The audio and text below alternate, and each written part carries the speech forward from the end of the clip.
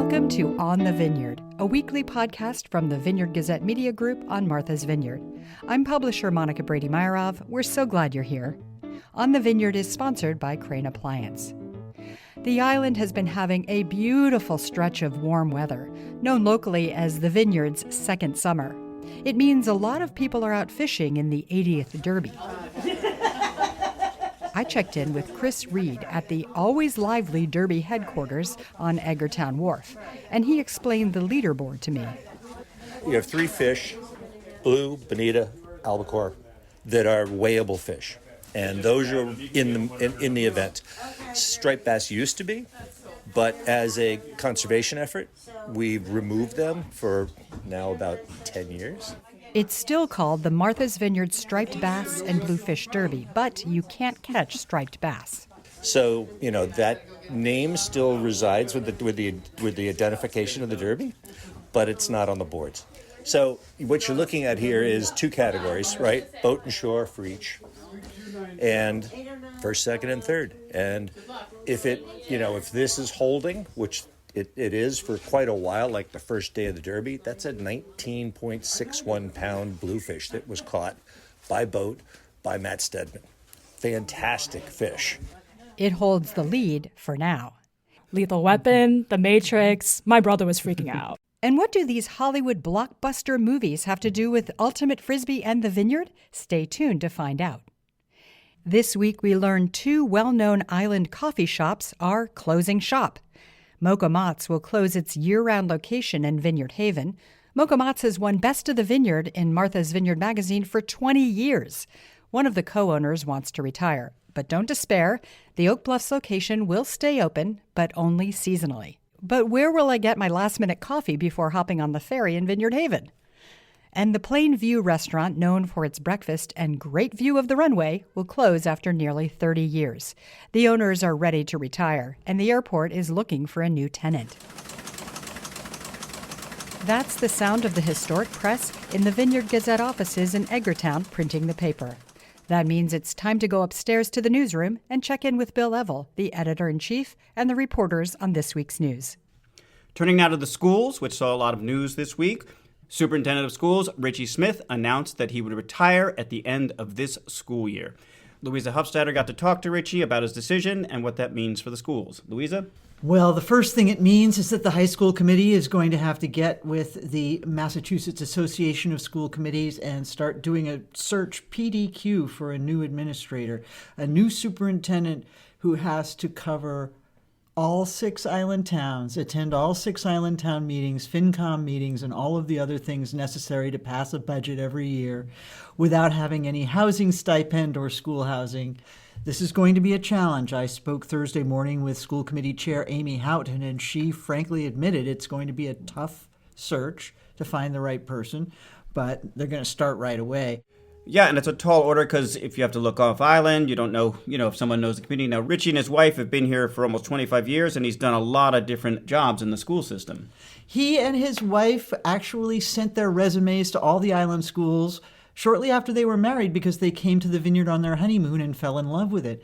And so in the early 2000s, they got jobs. Let's see, Richie started at the Tisbury School in the counseling department and worked for several years with Principal John Custer there. Yeah, and then Richie's progression took him to be the principal of the Oak Bluff School. Then he was the assistant superintendent and the superintendent. So he really had a lot of knowledge here. He knows the school district backwards and forwards. Certainly at the Gazette, we'll miss him because he was always available to talk with us and help us understand things like school test scores and initiatives. He had school kids in the system, yeah. That's right. In fact, none of us should be surprised to see Richie move on simply because his youngest son did graduate from the high school last spring.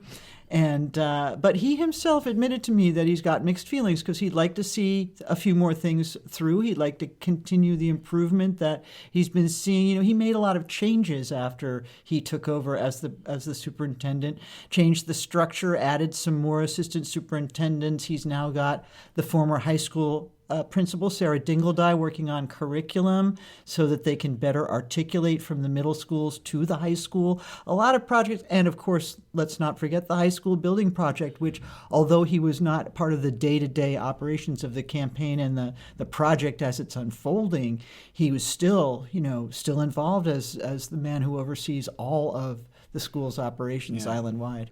Staying with the schools, MCAS results came out this week, and looks like the Vineyard did well in terms of beating the state average, but everybody is seeing a bit of decline all over the Commonwealth. We're talking about the Massachusetts Comprehensive Assessment System. Yes, thanks for breaking that down. The high school didn't see significant drops of any kind. There were a few percentage points here and there, generally ahead of the state in every case, which tends to be a trend here. And their subgroups, including the largest one of English language learners and former English language learners, showed tremendous growth in what the state calls its accountability reports, in which they set targets every year based on how a school did the year before, and then they rank them on how they progressed. So the subgroups are actually doing pretty well, and overall not badly. We see similar things at the elementary level, tiny changes here and there, nothing tremendous. Yeah. All right, well, thanks. Yeah, it's a lot of data to parse, and the schools are going to keep parsing it because even though it's not a requirement for graduation, it's a great barometer of how things are going. Turning now to Katrina Liu, who has a Only on the Vineyard story. We heard this week that the actual inventors of the game Ultimate Frisbee were on the island. One is actually a longtime seasonal resident, one was visiting, so they got together and had a reunion game, and Katrina Liu checked it out.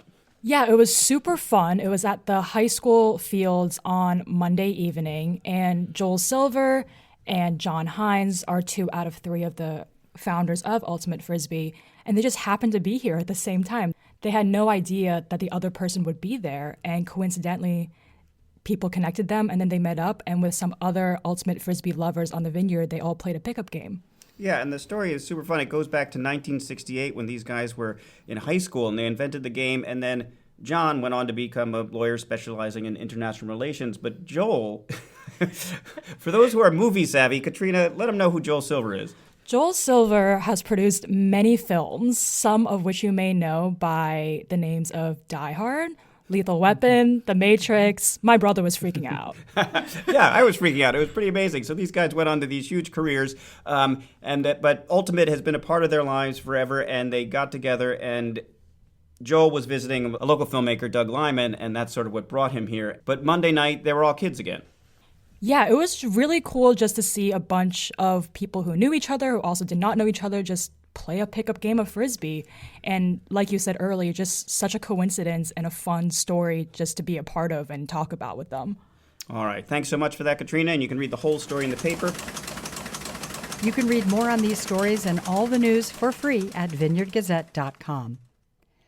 There are 2 great art exhibits related to the Derby going on right now.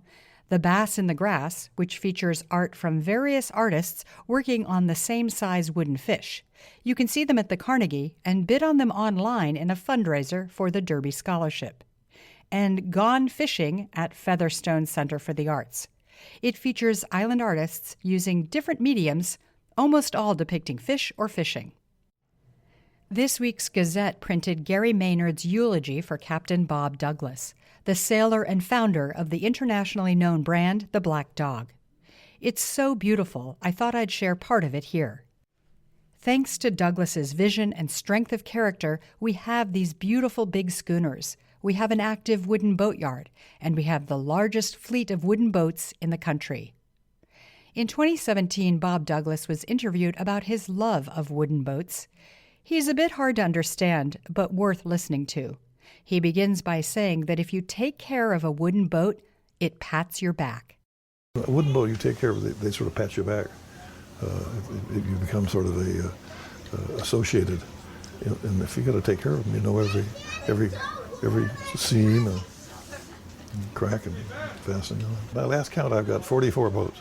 I've got my first rowboat, which is if you know what I call Whitehall boats, the 2 I carry on the sides of Shenandoah. Wine glass stern, plumb stem, nice long length, sort of like a Adirondack guide boat, nice to row. And this is a boat, a little small. Those are 16 feet. I think this is 14 feet, and I bought it from a guy here in Vineyard Haven.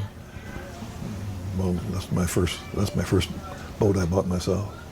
Douglas died last April. Thanks to the Martha's Vineyard Museum and Lindsay Lee for this audio. Our theme music is from island composer and musician Michael Hayden. If you like the show, please follow us so you won't miss an episode, and tell a friend who loves the vineyard, especially during the fall. Thanks to our sponsor, Crane Appliance. When you shop at Crane Appliance, you get their appliance expertise, very competitive pricing, and service after the sale should you need it. Crane Appliance. They call the Cape and Islands home. I'm Monica Brady-Meyerov. Thanks for joining us on The Vineyard. Talk to you next week.